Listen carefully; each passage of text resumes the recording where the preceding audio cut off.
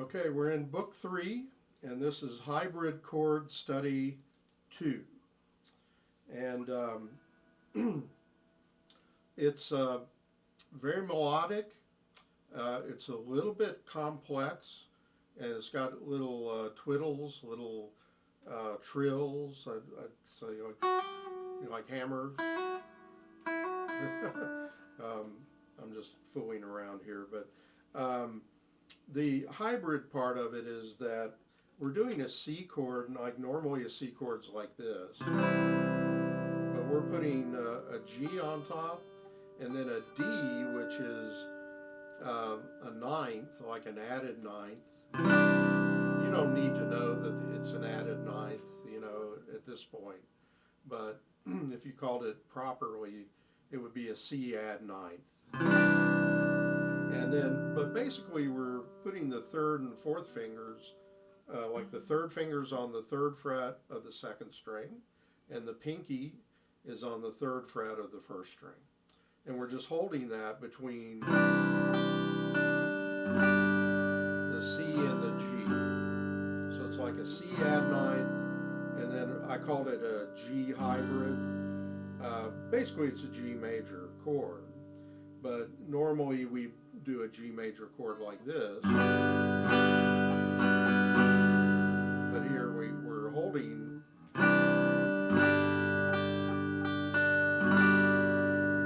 So it has a kind of a different sound to it, a more open, kind of like a root fifth chord, which root fifth chords would be a G chord without the third in it. Chords have a root third and a fifth. I don't want to get into this too much, but like a G, it'd be G, B, D. And here we've got D, G, D, G. So it's just two notes of the full chord. There is a B on the second fret of the fifth string. So it's a full G chord, but it has that root, open root fifth sound, like an A root fifth chord would, or an A major would be. You hear that third in the chord, and the more you get to know chords, the more you can hear whether there's a third in it or not. And often it's a little bit tricky, but anyway, I'm explaining a little bit of these chords. And then you have a D sus, and then you have a little twiddle here, like, and actually on the tablature, I've got it written down, up, down. But since then, I've changed my mind, and so you don't want to pay attention to that. Cross it out and put up, down, up, down, up with the pick. So it flows better, I think.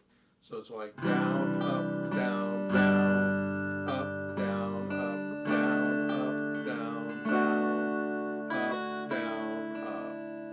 And then it's a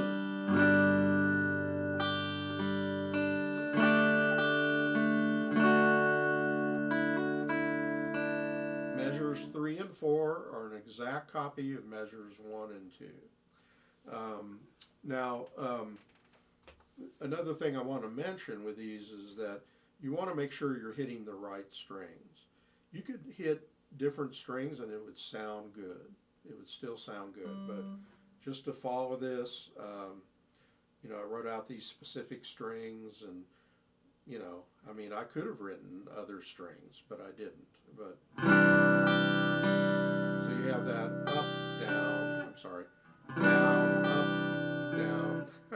Now I'm missing it. It's late tonight here, but up, down, and then down. So that up, down. Get used to the string skip there.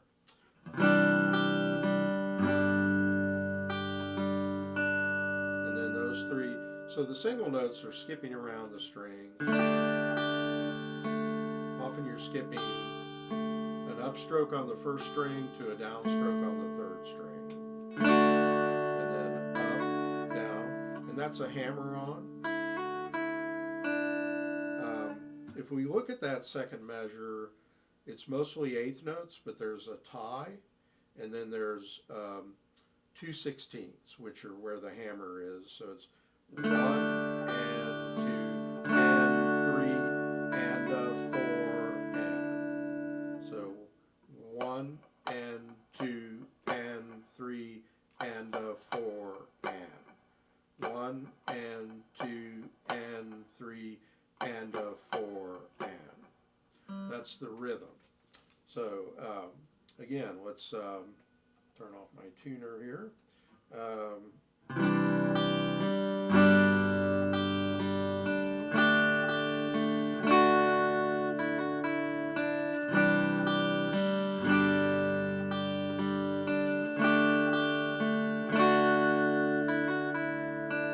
Okay, so same thing twice, and then it's a little different. It's the C chord again, but then you're accenting the bass and going from the C to the G with the B in the bass, and then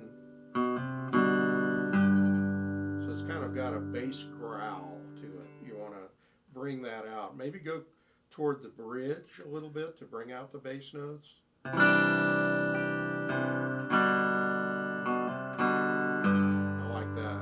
And then you go to A sus, so you keep the third and fourth, and then bar with your first finger.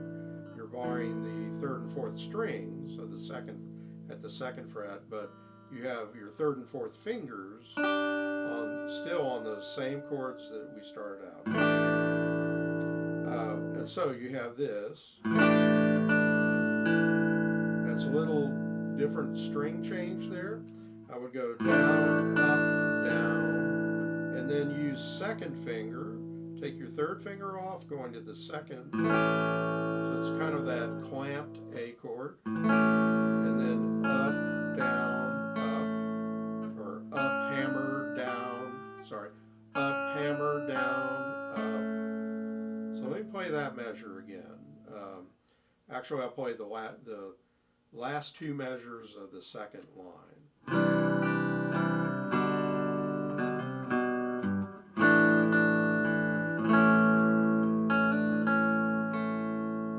And try to hear the melodic qualities, and it'll come out sounding so much nicer if you hear that.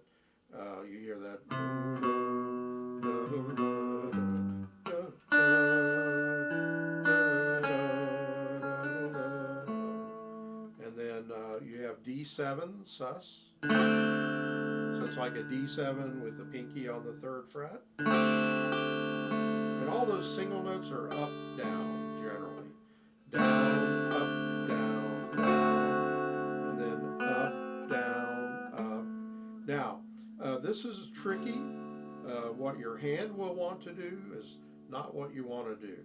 You're doing a D7 sus to a D7, and you think, well, I'll just do this. Because I've already got my second finger there. Why not just keep it there? But you need to let go and then grab that with your third finger, because the next chord is first fret, second fret, first fret, second fret. It's a D sharp diminished. Actually, on the page, I didn't put the sharp. It just says D diminished, but it's D sharp diminished. So again, you got D7 sus. And then when you do the trill, I would just let go of the D7 chord. And then up, down, up, but do third finger on the second fret so that you can go right into that D diminished, D sharp diminished. And then up, down, slide the pinky one fret to the third fret, and then grab the two notes you need for E minor. When you strum this, be careful to bring out the high note, because you want to hear that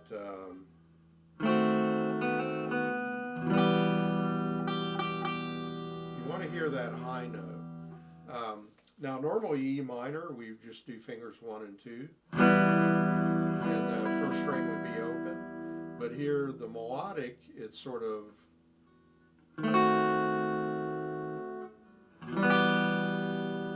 or actually. So be careful when you strum the chord. There's a way to strum a chord and bring out that high note. That was a little buzzy. Give it a little kick when you get to the first string. And slice, go diagonally. Don't go straight down. So use a little flair with your wrist there. And you can actually get louder as you get to the first string. See, instead of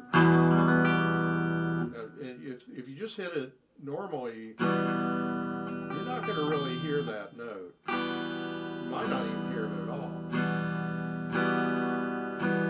But if you go,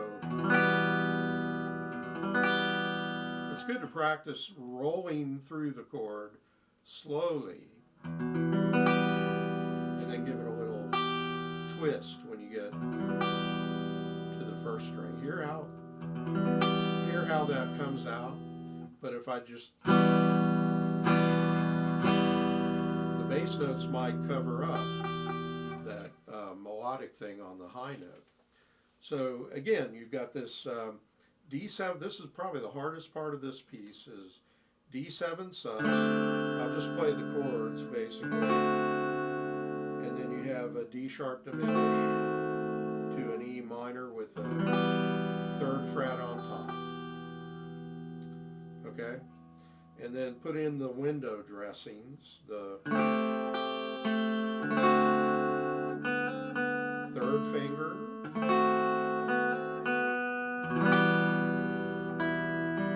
And when you play those last 3 notes, they're still part of the E minor chord, so keep holding the bass. I've seen a lot of students, they'll go, and then they'll go,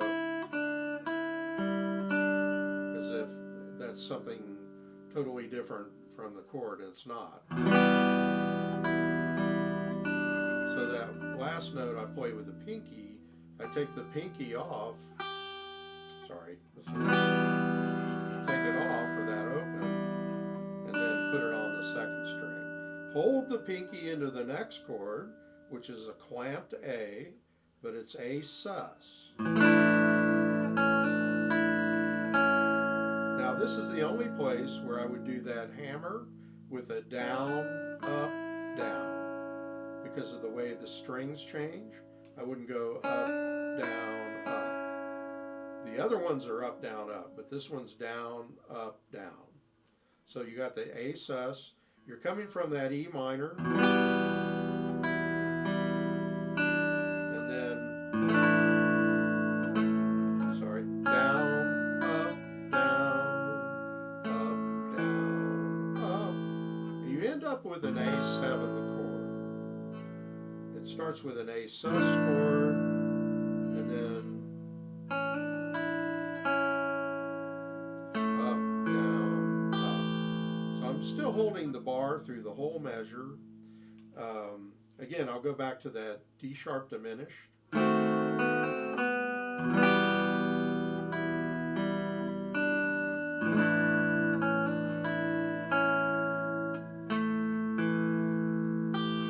now, are you getting the hang of what a lot of times we're holding the last note of a measure into the next chord, and this is no exception. When you do that 7th of the A7th chord, sorry, let me play it again.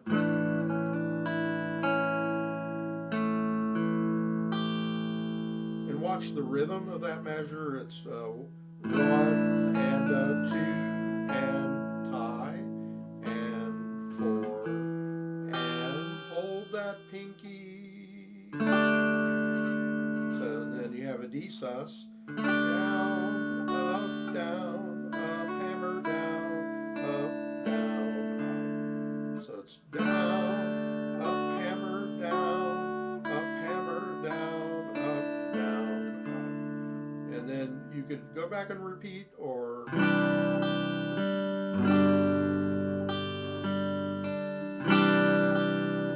ending is the easiest part of trickiest part, but here it's the easiest. And in the beginning of this video, I repeated the whole thing 2 times through before doing that 2 measure ending. So the ending's just.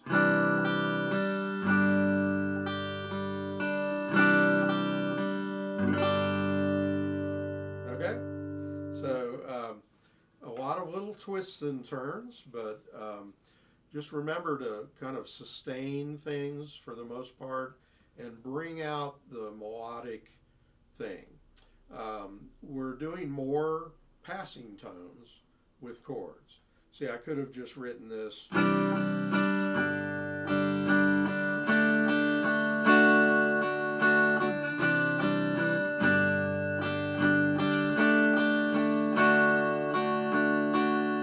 And it would be easier to play, but those little passing tones, like, really make a difference, and they're usually not real hard to do. If you listen to, like, if you like Jimi Hendrix, a lot of his passing tones were, I don't know if I can play it, Little Wing.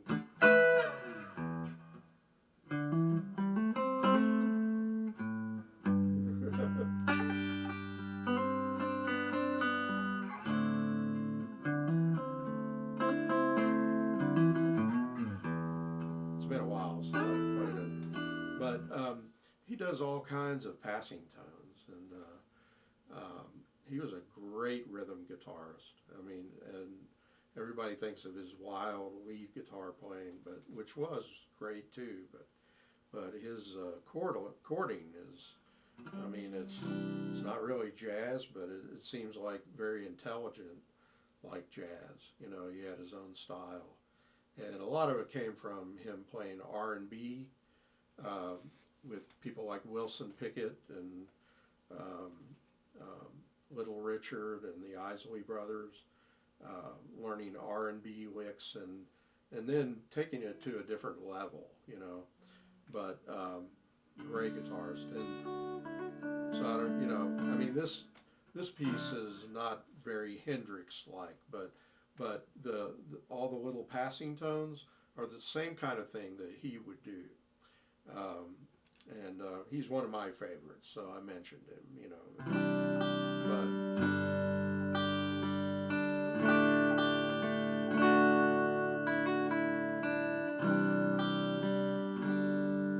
So have fun with this and take it in stages. If it's really too difficult to go through the whole page, or work on those really where it says D7 sus.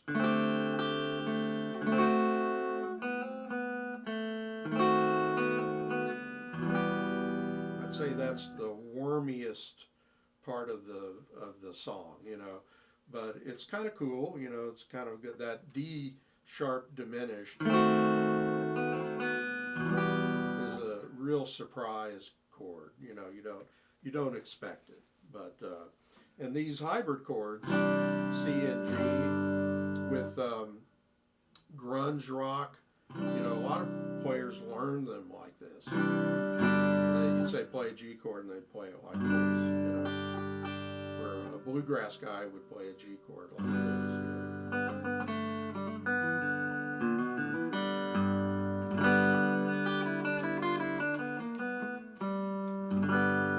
But a grunge guy would play it like that. Pete Townsend of The Who did G chords like this. But he would do, like, put a ninth in it. They got a D sus,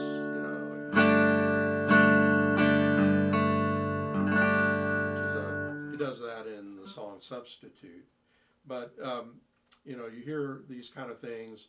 It's more piano-like, really, to put these extra hybrid notes in chords.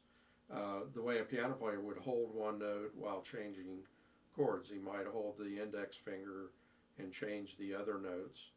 And, it's passing tones, holding notes over into suspended chords.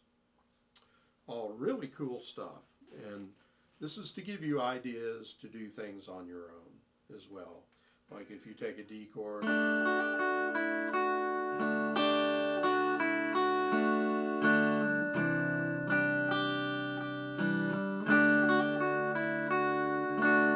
making something up, but you know, instead of just strumming,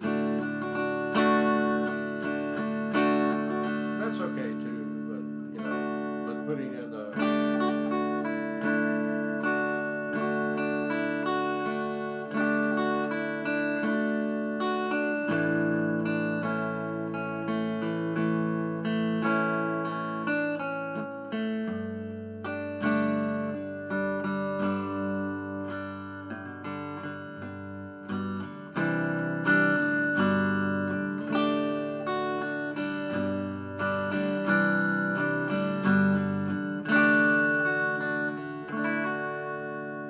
make a lesson out of that, but I'm just making it up. I didn't know what I was going to do. I just experimented.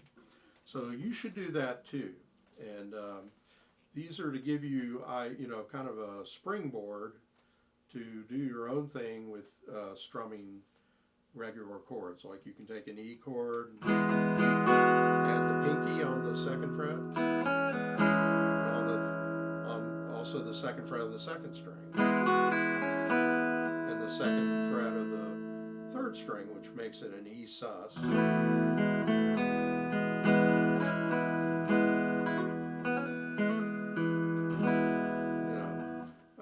It's, a little more interesting than just going.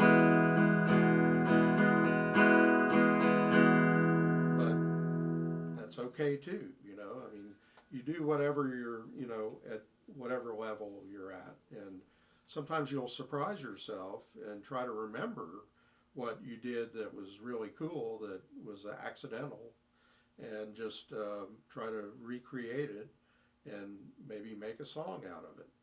So just some ideas here, and that's the whole purpose of these rock books, is not to be totally disciplined, but I do like for students to be able to count and understand rhythms.